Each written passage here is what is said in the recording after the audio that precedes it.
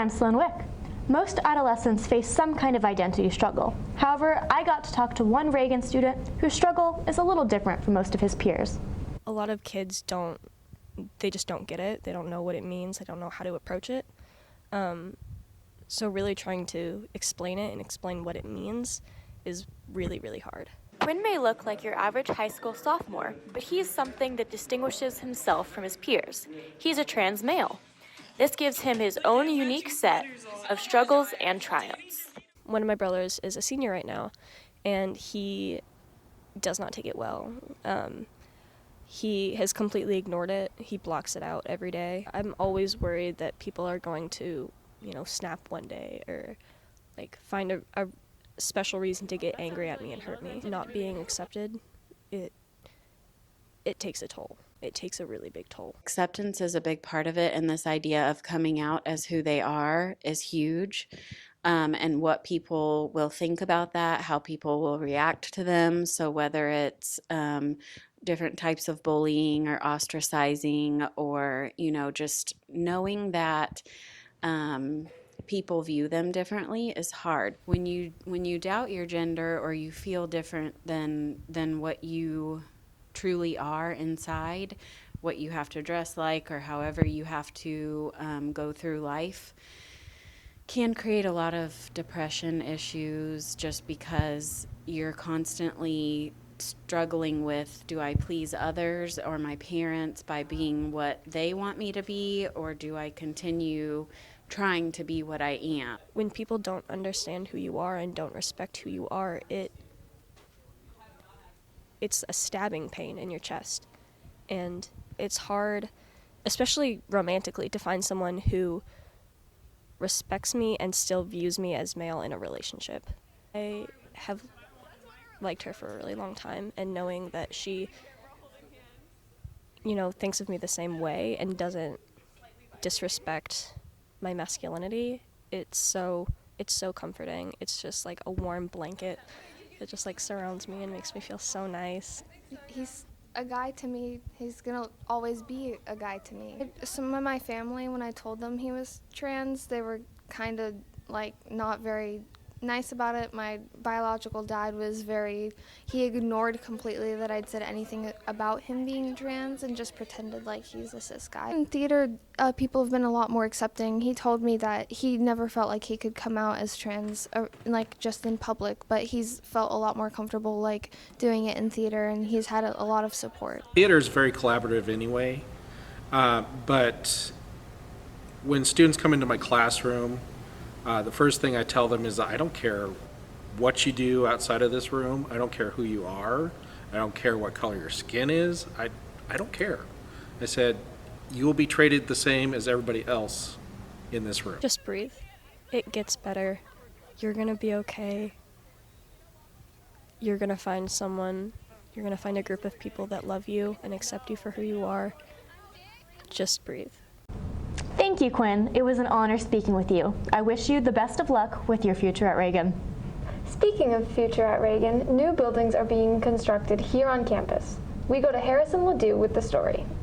So we started talking about it. It was part of the bond, and we started, the first construction meeting was last year in the spring. I think was the first time that we kind of met to talk about what were the needs of the campus, and then get some input from the teachers as to what they really wanted that space to look like. Today I went to go interview Miss Ariola about the new buildings being built.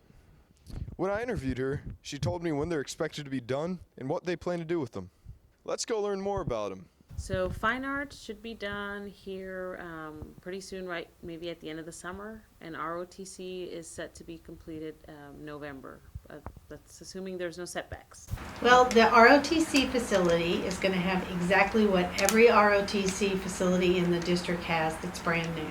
So there'll be classrooms, there'll be office space, there'll be a shooting range. That those are two programs that are definitely growing, and that our students spend a lot of time here, and so I think that that they can see the need for the space too, just as much as we can. I think the kids will definitely enjoy having new facilities, and just it's always nice to have that new space that you kind of get to be the first class in there. Thank you, Harrison. Those buildings are looking great. Now, we move from the future of Reagan to what makes Reagan great today. I had the opportunity to talk to our fantastic Spanish teacher, Miss Zamora.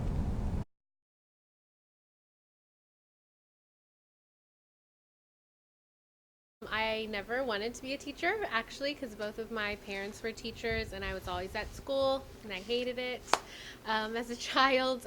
But then when I was in college, I got a long-term sub job in a high school in a bilingual classroom, and I just really liked being around high schoolers, and I changed kind of what I was focusing on and decided to become a teacher, and here I am 9 years later.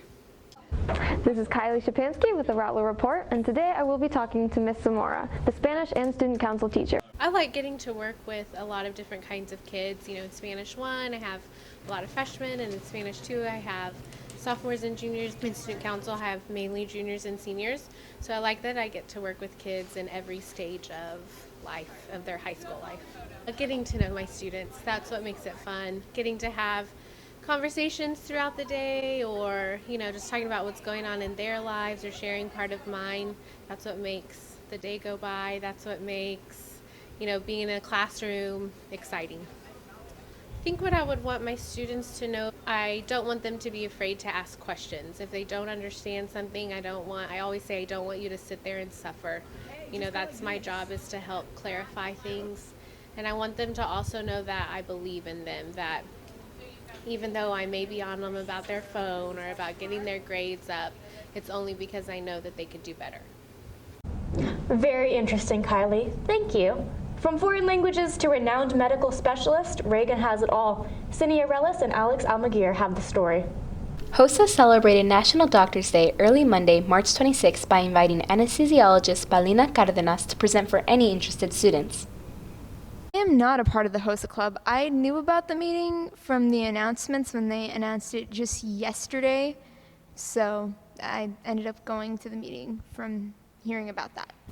Dr. Cardenas is an assistant professor in the Department of Anesthesiology, where she now teaches medical students.